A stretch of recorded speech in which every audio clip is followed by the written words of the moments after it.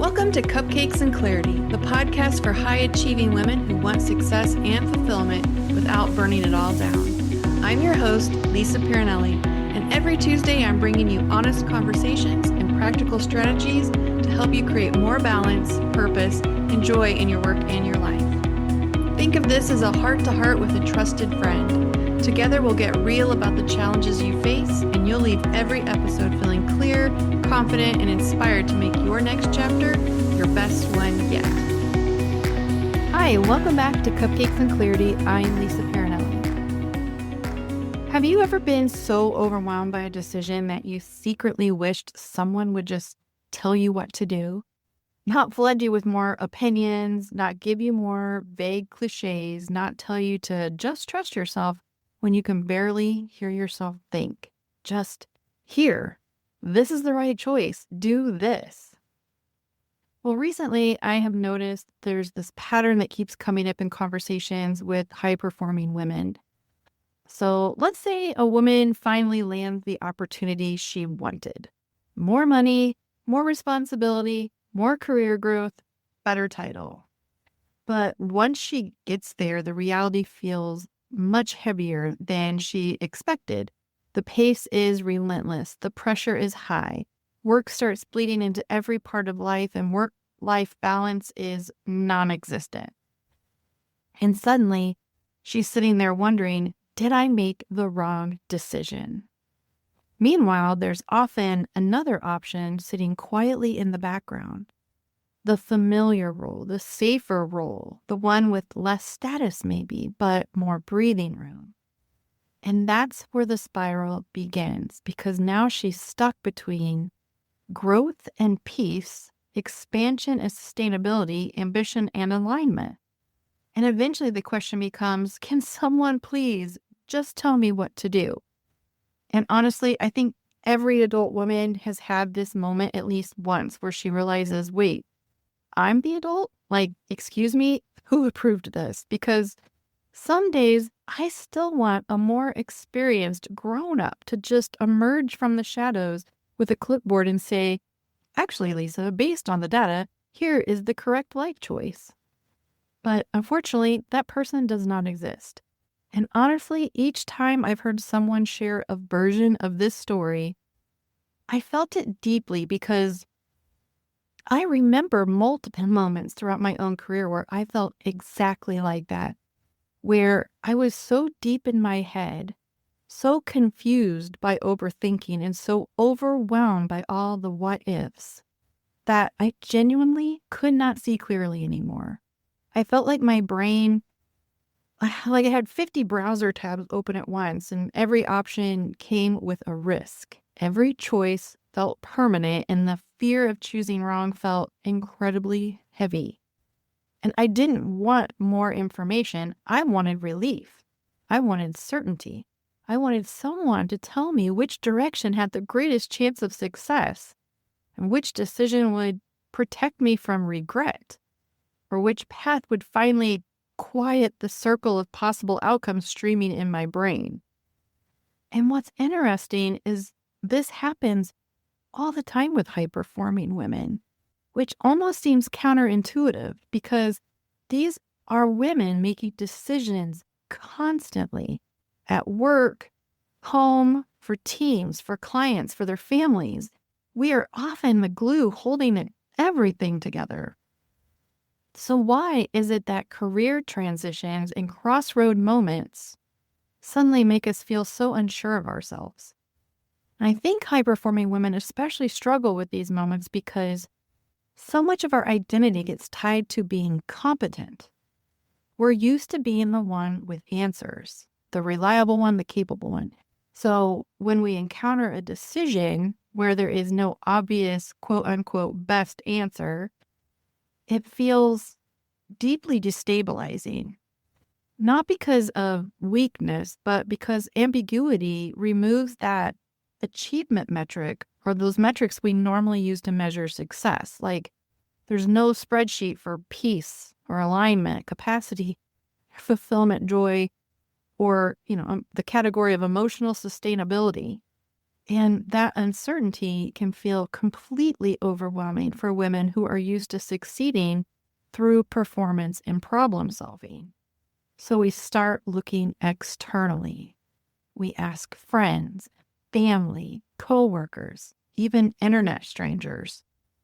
Buy another audiobook, check out blogs, Google many times, all to gain information while seeking that golden nugget of information. Because we think we need more advice, when often what we actually need is more space to hear ourselves. And I truly say that with zero judgment because I've done versions of this too. I remember how when I was younger, I used to go to my mom if I needed advice that would lean towards like an emotionally supportive response. And I'd go to my dad if I needed to hear a more direct, tell it like it is type of answer. And have you ever gone to a particular person asking for advice when you sort of knew how they'd respond? Almost like you were wanting a skewed or biased answer towards like going one way or the other. So at other crossroads, I have vented to friends on walks, at coffee, training for the mini marathon, before and after workouts. I've rehashed decisions with family, talked things in circles for weeks, sometimes months, and if you've read my story on my website, even years. Trying to finally land on the answer, that magic bullet decision that would suddenly make everything feel calm and clear. And people gave advice, lots of it, which I was grateful for, their care and patience. And they offered good intentions, helpful perspectives, and personal experiences. And I'm super grateful for all of that. But here's the problem. I still couldn't take action or make a decision because when you ask 10 people what you should do with your life, you get 10 different answers because everyone is filtering your situation through their experiences.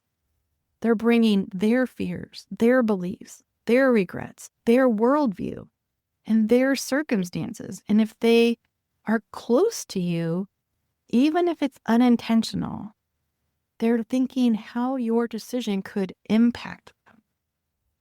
So in reality, one person values security above all else. Another values freedom. Someone else thinks you should always chase the money. Another thinks peace matters more. And suddenly, instead of clarity, you've just invited in more noise, more opinions, more pressure, more emotional drama added into an already emotional situation. Advice works great for low stakes decisions like, should I buy the air fryer? What walking pad actually fits under a desk? Is the Stanley Cup worth it? Or are we just emotionally attached to oversized emotional support water bottles? I love my water bottle, so I would love to keep that. So if you're looking for advice, I like my big Stanley Cup. And I love my air fryer. I don't have a walking pad, so let me know if they actually do fit under a desk. Those are review decisions, but life crossroads are identity decisions. And you cannot Yelp review your way into alignment because big life decisions are not moments to collect endless opinions. They are the moments to reconnect to yourself, which is exactly why I created the Freedom Map process I talked about back in episodes 2 through 4, because clarity usually does not come from thinking harder. It comes from slowing down enough to separate fear from truth, pressure from alignment, and noise from wisdom. And when everything feels emotionally heavy, that is incredibly difficult to do alone. So if you're in a crossroads season right now, here's the process I want you to walk through. And this is not to force certainty, but it is to help create clarity. So let's go through this step by step to help make it feel very doable. And hopefully you can see how this works and apply it anytime you're at a crossroads situation. So first, we're going to stop trying to make the perfect decision. Most women at a crossroads are operating from urgency and fear and thinking thoughts like, what if I ruin my career? Or what if I regret this? What if I disappoint people? What if this is my only opportunity? And when your nervous system is activated like that, every decision can feel loaded with pressure and consequence. But clarity and panic do not coexist well. Have you ever tried replying to an emotionally loaded text while upset? You type backspace, backspace, backspace. You retype. You send it to 3 friends for a thorough analysis. You reread it 17 times. And suddenly, you've spent 2 hours spiraling over punctuation. That's basically what happens when we try making big decisions when we're already overwhelmed. Every option suddenly feels huge. Every choice feels loaded, and your brain starts acting like this one decision will determine the entire course of your future. Meanwhile, sometimes you just need a little self-care break. Drink your emotional support cup of water. Get some much-needed sleep. You eat a snack, take a walk to reset, and allow yourself 24 hours before making a life-altering decision. And this is done not in avoidance, not as procrastination, just enough pause to hear yourself think again. This is an intentional decision to allow yourself to make a decision from a calmer state. Next is to come back to what matters most. This is Freedom Map Step 1. So ask yourself, what actually matters most to me in this season of life? Not 5 years from now, not what looks impressive, not what everyone else would choose. Right now, and ask yourself, is it peace, financial stability, growth? Is it flexibility? Are you working on your health? Is it more time with family, creativity, leadership growth, recovery, freedom? Because 2 women could take the exact same opportunity and have completely different right answers. One woman may be in a season where challenge or expansion, leadership, and financial growth deeply matter to her. Another may be coming off of burnout, caregiving stress, health struggles, emotional exhaustion, or survival mode where peace and flexibility matter more. And neither woman is wrong. But if the second woman keeps trying to choose based on what sounds impressive instead of what her life actually needs right now, she will feel conflicted no matter what decision she makes. And this is why values create clarity. They help you stop choosing based on external noise or societal standards and start choosing based on alignment. And I think this is where so many women get stuck because they keep searching for the right answer externally when the better question is, what decision best supports the life I actually want to live? And this reminds me of a little cupcake moment I had recently. In every episode, I like to share a moment of clarity or connection or joy in the everyday. And I had one of those days recently where my brain was just loud. I had so many thoughts flying about, and I was honestly getting very fired up.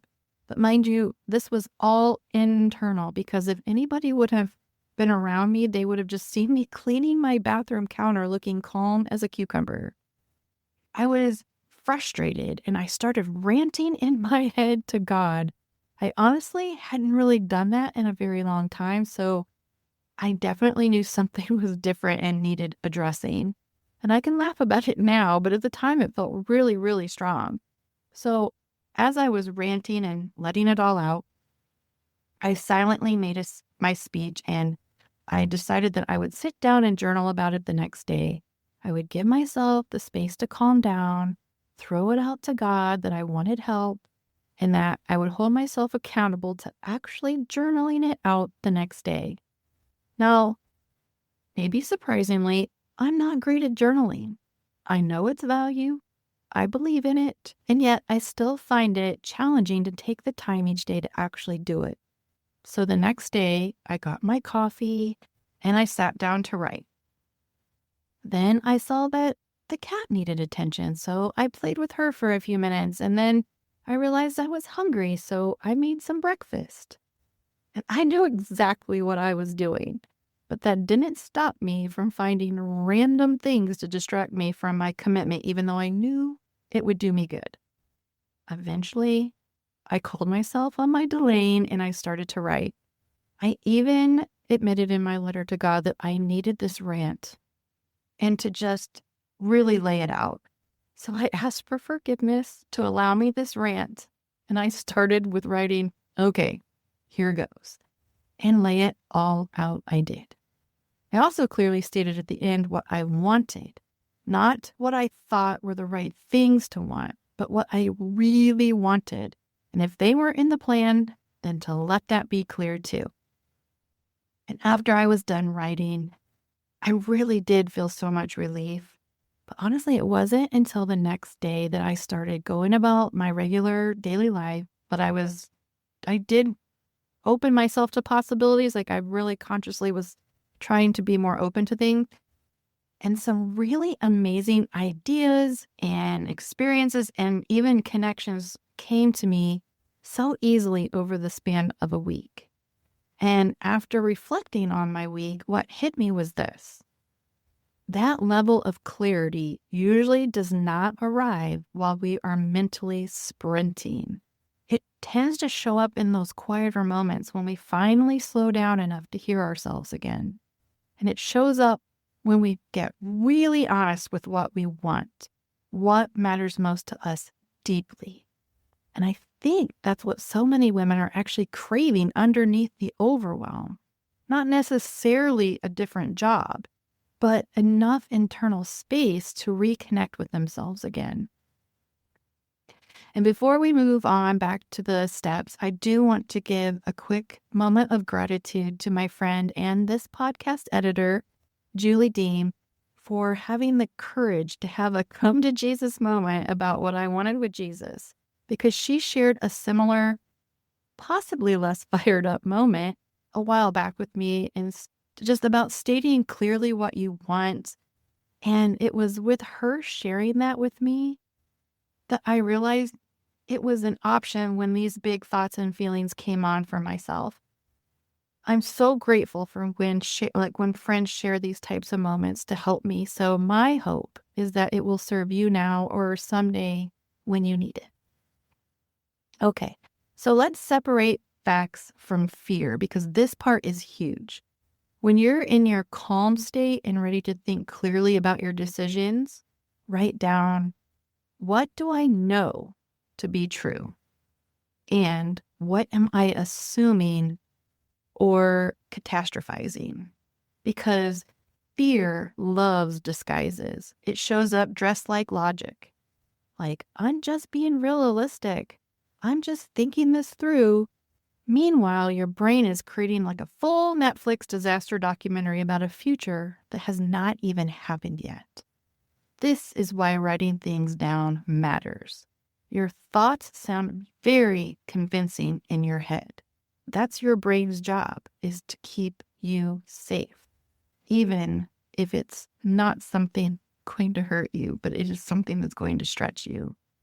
And on paper, sometimes you realize, oh, this is actually just anxiety in a business suit. Maybe leaving the new role does not mean failure. Maybe staying does not automatically ruin your life. Maybe returning to the old role is not going backward. And maybe the higher paying role is not automatically success.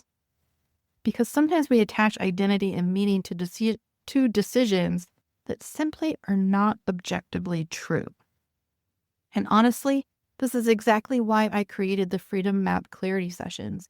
Because when you're in the middle of crossroads, it's incredibly hard to separate fear from intuition, pressure from truth, burnout from misalignment, and temporary discomfort from actual incompatibility.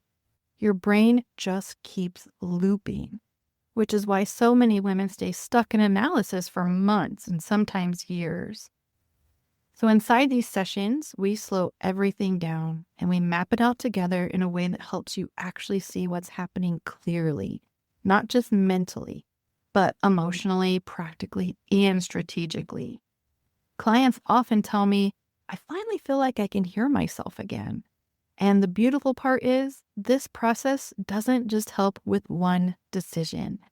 It builds the self-trust and clarity skills that change how you navigate future decisions too. So if you're in a crossroads season right now, I'll put the Freedom Map Clarity session link in the show notes. Next is looking beyond the surface of the decision, because most people evaluate major life choices based on visible things like salary, title, the benefits, opportunity, sometimes prestige, or flexibility. And yes, those things matter. But the deeper questions are usually where the clarity lives. Ask yourself, what creates expansion in me and what creates contraction?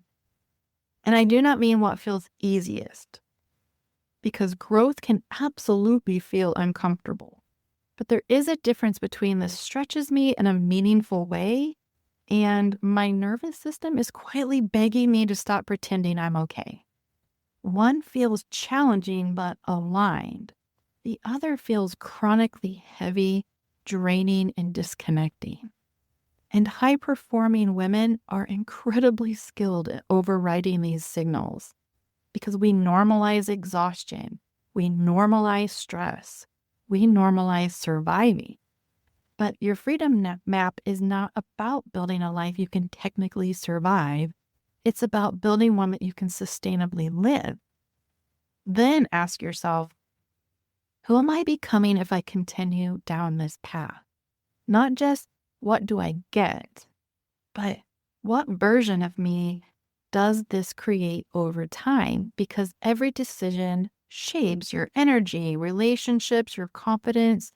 It can impact your health, your habits, your identity, and your overall lifestyle.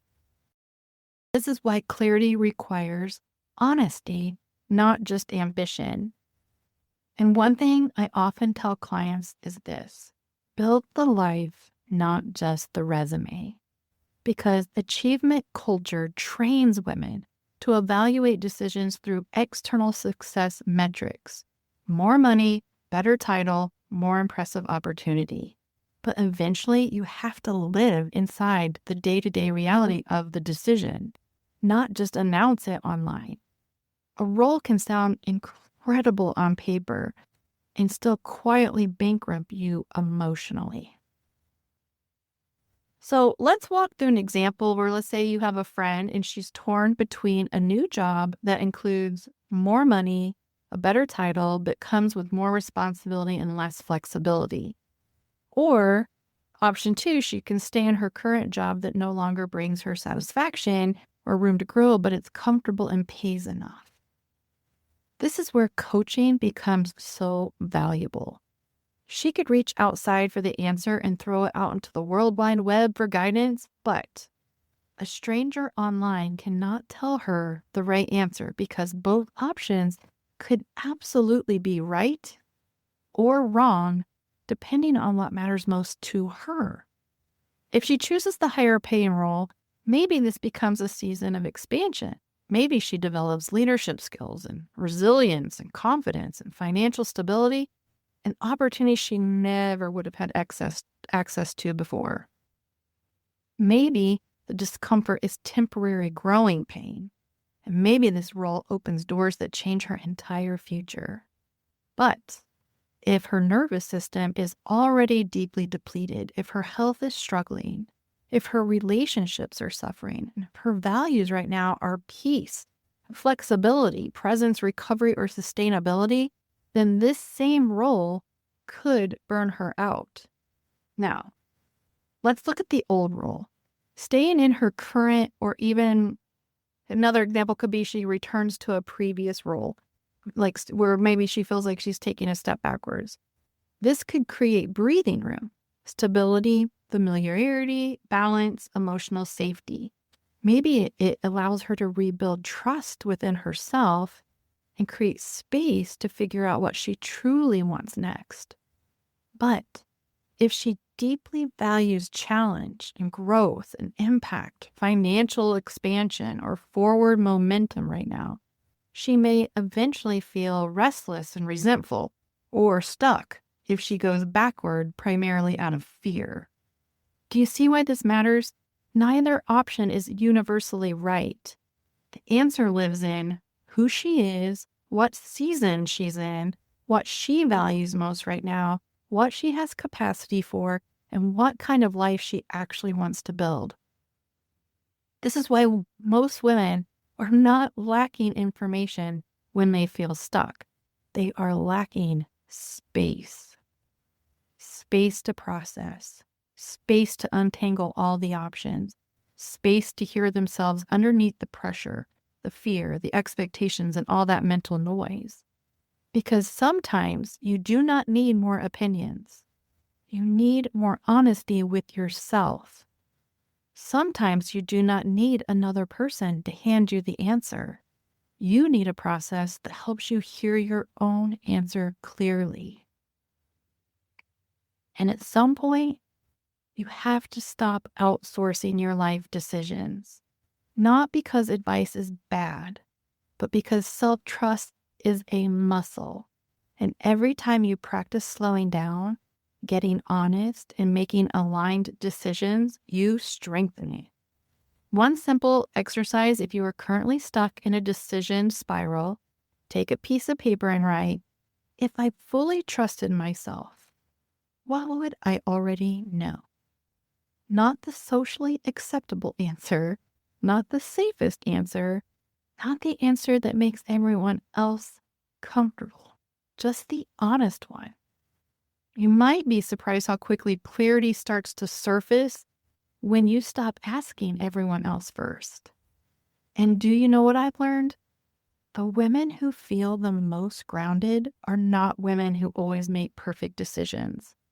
They are women who trust themselves enough to handle whatever comes next. That is resilience. That is confidence. And honestly, that is freedom. So if you're sitting in a crossroads right now, feeling overwhelmed, overthinking every angle, asking everyone else what you should do, I want you to consider this. Maybe the answer is not out there waiting for someone else to hand it to you. Maybe clarity is not something you find by collecting more opinions.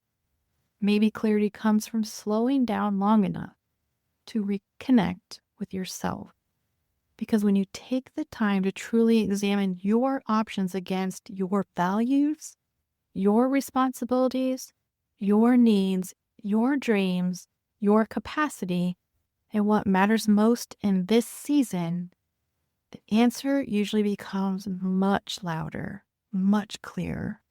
And often, you already knew it underneath all the noise. And imagine how different life feels when decisions no longer send you into months of spiraling. When you trust yourself enough to evaluate opportunities without outsourcing your identity to everyone around you. When clarity becomes a process you can return to instead of crisis you constantly chase. That is really the deeper work here. And if this episode hit home for you, I highly recommend going back to episodes 2 through 4, because that's where I walk through the foundational freedom map process more deeply, especially if you've been feeling stuck, disconnected, overwhelmed, or unsure what you actually want anymore. Those episodes will help you reconnect with what matters most before trying to force your next big decision. And if you want support walking through your own crossroads season in a deeper and more personalized way, you can absolutely book a Freedom Map Clarity session through the link in the show notes.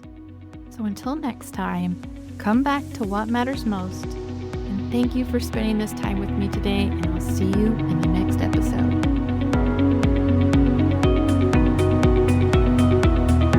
Thanks so much for listening to this episode of Cupcakes and Clarity. If today's conversation inspired you and you'd like even more tips and strategies tailored to your life, go to lisapirinelli.com/resources for more self-guided tools. And if you're ready for personal support to help you navigate what's holding you back, I'd love to meet you. Head over to lisapirinelli.com to schedule your free consultation call. New episodes drop every Tuesday, so be sure to follow or subscribe wherever you listen to podcasts. And if you enjoyed today's episode, it would mean so much if you shared it with a friend or leave a quick review. Until next time, here's to creating more clarity, confidence, and joy in your life, one cupcake at a time.